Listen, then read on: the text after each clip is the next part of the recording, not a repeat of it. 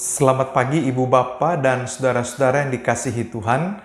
Kita ada lagi pada hari ini, hari Kamis, tanggal 10 Desember 2020, dan kita bersama-sama akan mengambil bagian di dalam doa pagi kita pada hari ini. Karena itu mari kita menyiapkan hati kita dan kita mengambil bagian dalam saat teduh sebelum kita memulai segala sesuatu. Mari kita mulai.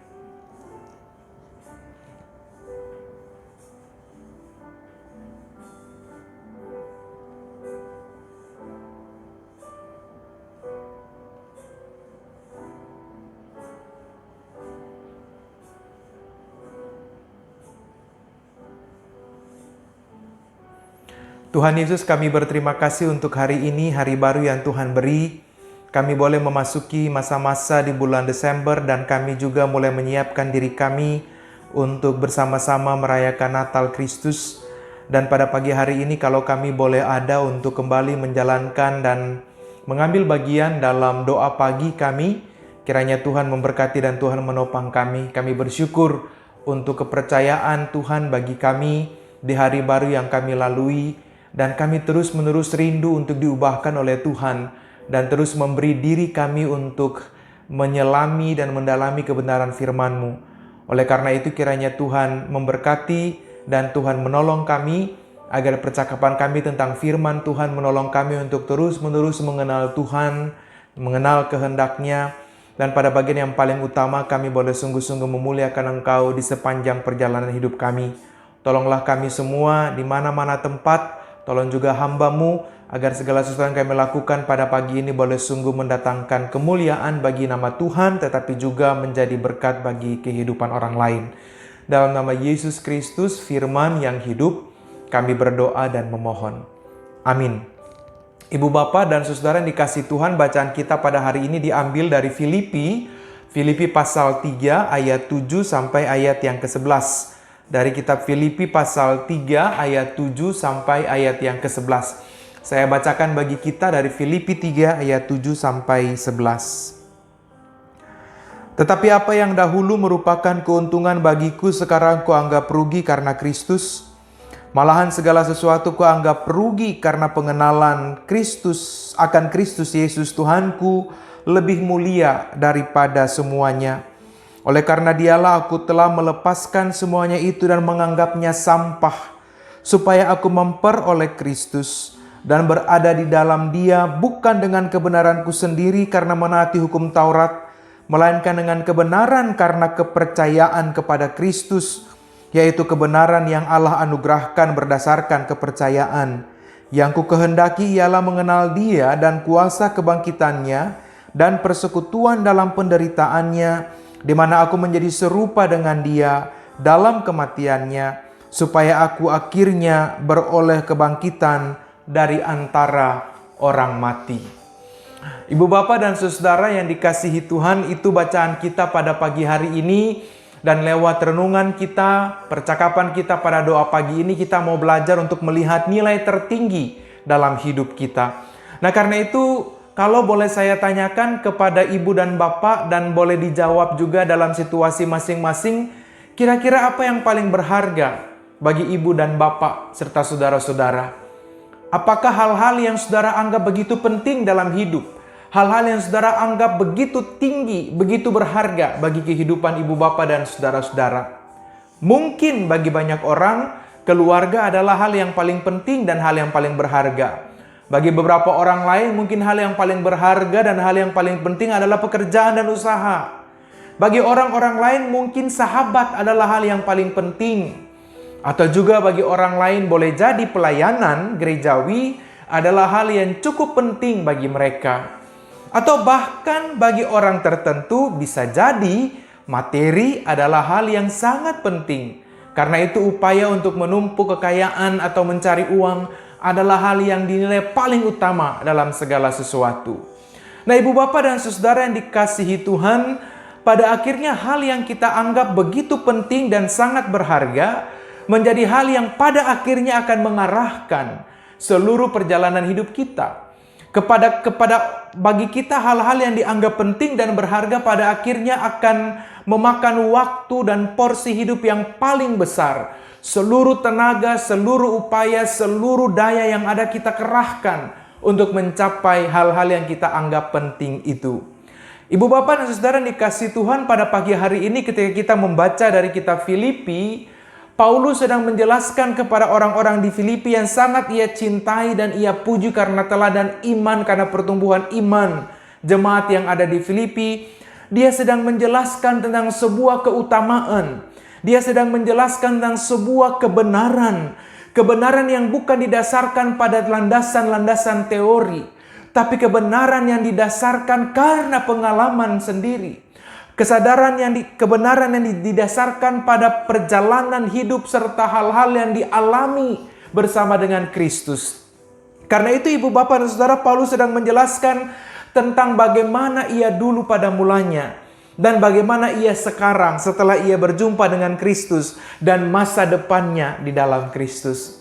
Ia sedang menjelaskan sebuah kebenaran dan sebuah kenyataan yang ia alami dan ia rasakan, bahwa pengalaman hidup sebelum ia berjumpa dengan Kristus, ia mengalami sebuah kebanggaan duniawi yang pada waktu itu dia menganggap sebagai sesuatu yang penting, yang ia anggap sebagai sesuatu yang utama. Ia menghadapi sebuah pengalaman bahwa dulu ia merasa dirinya sebagai orang yang begitu hebat, orang yang begitu luar biasa, orang yang begitu dianggap sebagai superpower dalam tradisi orang-orang Yahudi. Tapi setelah ia mengalami pengenalan akan Kristus, setelah ia berjumpa dengan Kristus, perjumpaan dengan Tuhan justru membawa hal-hal yang jauh lebih baik, hal-hal yang jauh lebih indah, hal-hal yang kita sebut sebagai hidup di dalam anugerah.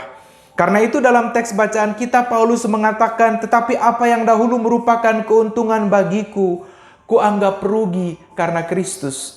Jadi hal-hal yang dulu bagi Paulus adalah sebuah keuntungan, hal-hal yang ia anggap sebagai ketenaran, hal-hal yang dia anggap sebagai sebuah popularitas, sekarang ia anggap rugi karena ia telah mengalami dan pengenalan akan Kristus.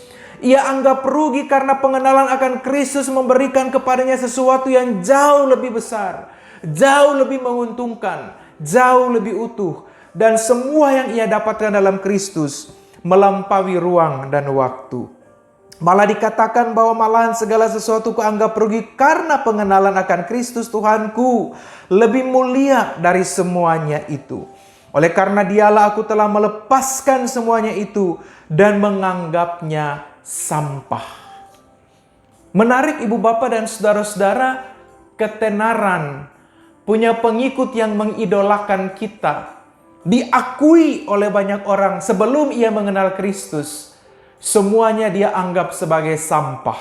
Kita tahu masa lalu Paulus sebagai pengejaran penganiaya umat Kristen, dan pada waktu itu menjadi sesuatu yang membuat ia menjadi semacam superpower atau orang yang sangat terkenal. Ia punya banyak pengikut, ia vokal, tapi semua itu pada akhirnya dianggap sampah setelah ia mengenal dan mengalami Kristus. Menarik ibu bapak dan saudara, karena kata sampah yang dipakai di sini diambil dari kata Yunani skubala. Kata skubala itu diterjemahkan menjadi sesuatu yang dilemparkan kepada anjing, sesuatu yang dibuang kepada anjing-anjing karena memang tidak dibutuhkan. Itu sesuatu yang tidak bermanfaat bagi kita, sesuatu yang tidak berguna, karena itu dilemparkan kepada anjing. Itu yang dipakai untuk menjelaskan kata sampah. Dan tentu di dalam pemahaman iman kita berpikir dan kita memahami bahwa hal-hal yang menjadi sampah adalah hal-hal yang tidak berguna bagi kehidupan iman kita. Hal-hal yang dapat menghalangi pertumbuhan iman kita. Hal-hal yang dapat saja membuat iman kita mandek, menjadi bagian yang tidak punya fungsi apa-apa, dan itu yang kita lepaskan dan itu yang kita buang. Bagi Paulus, ketenaran, popularitas, pengakuan, puji-pujian yang sia-sia adalah hal-hal yang dianggap sampah kalau kita berkaca dari pengalaman Paulus dulu. Semangat egoisme untuk menganiaya, untuk menjatuhkan orang lain yang beriman kepada Kristus, pada akhirnya dianggap sampah karena pengenalan akan Kristus. Segala sesuatu yang merupakan keuntungan bagi Paulus, yaitu kebenarannya sendiri, kini dia anggap rugi karena ia telah mengalami Kristus. Dan semuanya itu tidak dapat dibandingkan dengan Kristus serta kebenaran yang ia temukan di dalam Kristus. Paulus tidak lagi mau bersandar pada kebenarannya sendiri. Ia tidak lagi mau bersandar pada nilainya sendiri. Ia tidak lagi mau bersandar pada pengertiannya sendiri. Tapi ia mau menempatkan Kristus sebagai dasar, sebagai pusat, sebagai tujuan dari seluruh hidupnya. Ia mau bersandar pada kebenaran Kristus. Ia mau bersandar pada nilai-nilai yang dibangun dan diteladankan oleh Kristus. Dan dia mau menjadikan Kristus sebagai teladan imannya. Malahan segala sesuatu ia anggap rugi. Semua kebenaran, semua pengetahuan, semua pemahamannya pada masa lalu ia anggap rugi karena ia telah berjumpa dengan Kristus. Standarnya berubah. Kalau dulu standarnya adalah dirinya sendiri. Kalau dulu standarnya adalah egoismenya sendiri. Kalau dulu standarnya adalah kekuasaannya sendiri, kebenarannya sendiri. Maka sekarang standarnya adalah Kristus. Karena ia telah berjumpa dengan Kristus. Karena ia memberi diri untuk diubahkan oleh Kristus. Karena ia punya kerendahan hati untuk dibentuk oleh Kristus. Maka pada akhirnya segala sesuatu itu dia anggap sebagai kerugian. Dan sekarang setelah mengalami Kristus, dia menganggap itu sebagai sebuah keuntungan yang tidak dapat diukur dengan apapun juga. Nah, ibu bapak dan saudara-saudara yang dikasihi Tuhan, lewat perenungan ini pada akhirnya kita mau belajar bahwa orang-orang ketika mereka mengalami perjumpaan dengan Kristus, mereka diubahkan. Mereka tidak terjebak lagi pada diri sendiri dan kebenarannya sendiri. Mereka tidak lagi terjebak oleh pemahamannya sendiri dan nilainya sendiri. Dan mengukur segala sesuatu hanya dari perspektifnya. Tapi ketika orang berjumpa dengan Kristus, maka Kristuslah yang menjadi teladan. Kristus yang menjadi ukuran. Kristus yang menjadi kebenaran yang kepadanya kita bersandar. Jadi kalau dulu kita berpikir menurut pikiran kita sendiri, maka setelah berjumpa dengan Kristus, kita berpikir dengan cara bagaimana Kristus berpikir. Kita bersandar pada pemikiran Kristus, kita bersandar pada kebenaran Kristus, kita bersandar pada teladan dan nilai-nilai Kristus. Itulah mengapa pada bagian-bagian awal pada ayat pasal yang kedua misalnya, Paulus berbicara tentang bagaimana kita memiliki kesepikiran, sehati sepikir, sebagaimana yang terdapat juga di dalam Kristus Yesus. Dan ini menjadi penting ibu bapak dan saudara-saudara. Ketika Kristus menjadi pusat hidup kita, ketika Kristus menjadi tujuan yang mengarahkan seluruh hidup kita, ketika Kristus mengisi seluruh perjalanan hidup kita, maka tidak bisa tidak kita pasti akan menjadi bagian yang tidak terpisahkan dari itu semua. Kita berpikir, kita bertindak, dan kita bertutur. Semuanya semata-mata terinspirasi karena kita telah mengalami Kristus dalam perjalanan hidup. Semua yang selama ini kita anggap sebagai keuntungan, yang kita anggap sebagai sesuatu yang berharga, yang kita anggap sebagai hal yang luar biasa dalam hidup, setelah kita mengalami Kristus, semua itu tidak lagi menjadi yang paling utama dalam hidup kita. Karena itu mari kita lihat ulang, apa sebenarnya yang tepat menjadi bagian yang berharga dalam hidup. Paulus sedang menjelaskan bahwa Kristus adalah satu-satunya hal yang paling berharga dalam hidup kita. Dalam beberapa kesempatan saya mengatakan bahwa Kristus harus menempati bagian yang paling utama. Tidak boleh ada yang paling utama selain Kristus. Di bawah Kristus baru hal-hal yang lain. Keluarga, pekerjaan, usaha, apapun pelayanan kita, itu yang ada di bawah Kristus. Supaya pada akhirnya karena Kristus menjadi yang paling utama, ia kemudian menyinari semua yang ada. Ia mengarahkan, ia menuntun keluarga, pelayanan, pekerjaan, usaha kita. Jangan dibalik. Kalau Kristus kita geser pada posisi yang kedua, lalu hal-hal yang lain yang ada di atasnya, maka yang terjadi adalah hal-hal inilah yang akan mengarahkan hidup kita. Bahkan Kristus bisa jadi kita tinggalkan atau kita paksa untuk mengikuti apa yang kita mau. Nah, karena itu ibu bapak dan saudara, Paulus dalam pengalaman hidupnya, dalam pengalaman imannya sedang menjelaskan kepada kita bahwa Kristus harus menjadi prioritas. Bahwa Kristus pada akhirnya harus menjadi ukuran dan nilai tertinggi kita. Tidak boleh diganti, tidak boleh digeser, tidak boleh diubah oleh apapun juga. supaya pada akhirnya hidup kita berjalan dengan benar, supaya pada akhirnya ukuran-ukuran kita, penilaian kita berlangsung secara tepat, bukan menilai berdasarkan apa yang kita pikirkan dan apa yang kita mau. Ibu bapak dan saudara yang dikasihi Tuhan, minggu-minggu Advent yang sementara kita jalani menjadi hal yang baik untuk kita kembali merenungkan ulang, merefleksikan ulang. Kita melakukan reorientasi terhadap hidup kita. Kalau selama ini ternyata hidup kita berpusat pada diri sendiri, maka lewat renungan kita pada pagi hari ini, dalam perjalanan kita memasuki minggu-minggu Adventus, kita mau belajar melakukan orientasi ulang terhadap semuanya itu. Paulus mengajarkan kepada kita dan dia memberikan teladan nyata bagi hidup kita, menjadikan Kristus sebagai yang utama, sebagai nilai tertinggi, sebagai pribadi yang paling utama dan berkuasa dalam seluruh hidup kita. Karena itu mari kita men-set ulang, jika selama ini ternyata tujuan hidup kita atau hal yang paling penting dalam hidup kita bukan Kristus. Nggak persoalan ibu dan bapak masa lalu kita, saya pernah mengatakan juga, masa lalu kita nggak terlalu penting. Yang paling penting adalah bagaimana kita hari ini untuk menuju hari esok yang jauh lebih baik.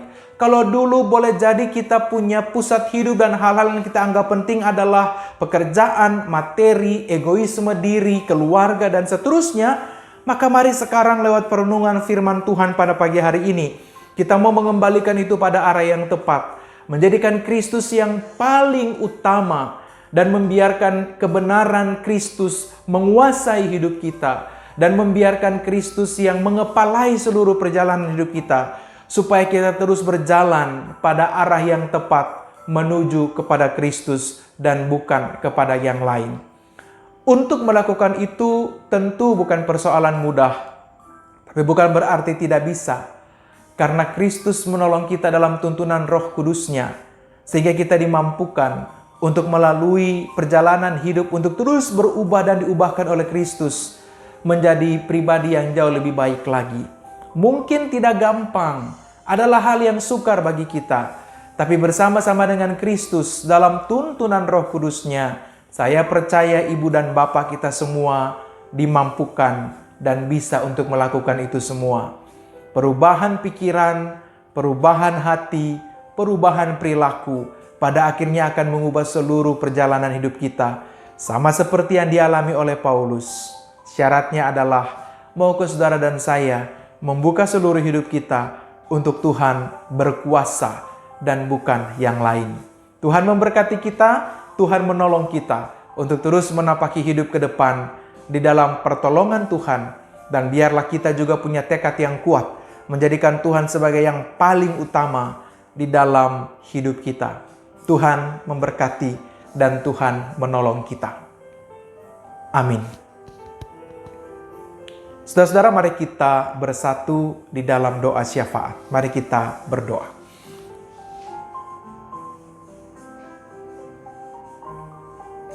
Tuhan, kami berterima kasih karena cinta-Mu kami ada pada hari ini.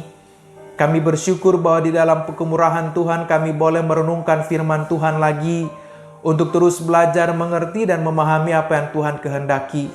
Pengalaman iman Paulus pada hari ini dan pengalaman hidup nyatanya menunjukkan kepada kami bahwa ketika kami sungguh-sungguh mengalami perjumpaan dengan Tuhan dan kami diubahkan, maka kami menemukan anugerah terbesar dalam hidup, anugerah terindah dalam hidup yang tidak dapat mungkin diukur oleh apapun juga. Sebab di dalam Engkau pada akhirnya kami berjumpa dengan tujuan hidup yang mulia.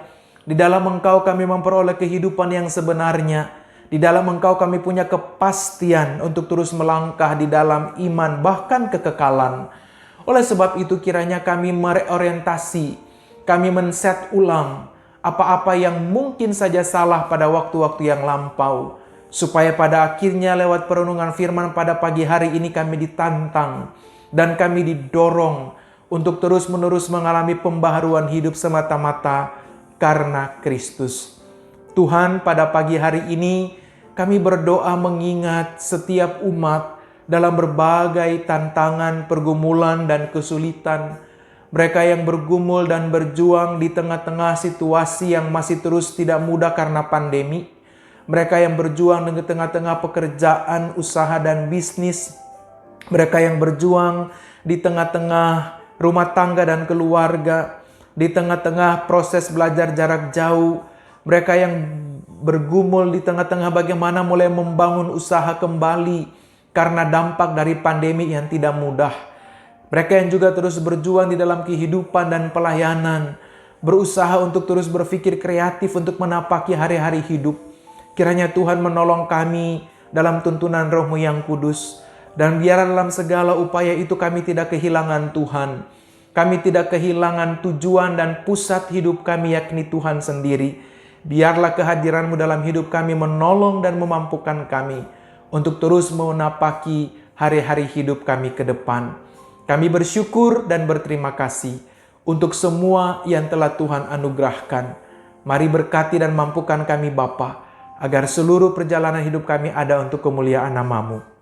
Doa kami menyerahkan pemerintah, Tuhan berkati dalam terus mengabdi, melakukan hal-hal terbaik di tengah-tengah situasi yang tidak mudah. Berkatilah Presiden Joko Widodo dengan seluruh staf dan jajaran, agar mereka boleh bekerja dengan baik dan benar. Di tengah-tengah serangan korupsi yang terjadi oleh banyak pejabat negara, Tuhan kiranya tolong mereka yang masih bersih hati dan pikiran, supaya boleh terus berjalan dalam pengabdian bagi masyarakat dengan murni, tanpa dinodai oleh semangat ketamakan dan kerakusan. Tuhan juga tolong setiap anak-anak Tuhan dalam berbagai tempat dalam pengabdian mereka juga. Biarlah mereka boleh tetap menjaga kebersihan hati dan kemurnian untuk terus melangkah di dalam kasih sayang Tuhan. Seluruh pejabat negara yang masih punya keberanian dan kemurnian hati untuk bekerja dengan baik dan jujur, Tuhan berkati dan Tuhan juga topang mereka semua. Doa kami menyerahkan gereja Tuhan dalam berbagai situasi dan kondisi. Tuhan berkati dan Tuhan topang kami melalui masa-masa Advent dalam keadaan situasi pandemik, dan boleh jadi juga kami merayakan Natal dalam situasi di mana kami tidak dapat berjumpa. Tuhan berkati dan Tuhan topang kami supaya sukacita dan kegembiraan Natal tidak hilang. Kami boleh terus memaknai Natal dalam cara yang lebih mendasar, lebih mendalam, dan lebih bermakna lagi. Kami menyerahkan perjalanan hidup kami pada hari ini, ketika kami akan melanjutkan hidup kami dengan berbagai aktivitas. Tuhan berkati, Tuhan topang, dan Tuhan mampukan, supaya kami dapat melalui hari-hari hidup kami dengan baik, dan Tuhan terus menjadi pandu kami untuk melampaui hari-hari hidup kami. Kami menyerahkan setiap kerinduan, doa dan pengharapan, terjadilah seperti yang Tuhan kehendaki, dan biarlah dalam segala sesuatu kami boleh sungguh-sungguh memuliakan Tuhan. Terpujilah nama-Mu sekarang sampai selama-lamanya, sebab di dalam nama Yesus Kristus, Tuhan dan Juru Selamat, kami berdoa dan memohon. Amin. Ibu, Bapak, dan saudara yang dikasihi Tuhan, selamat pagi, selamat beraktivitas. Tetap semangat, jaga kondisi kesehatan di tengah-tengah situasi pandemik, tapi juga musim penghujan. Tuhan memberkati dan Tuhan menyertai kita semua.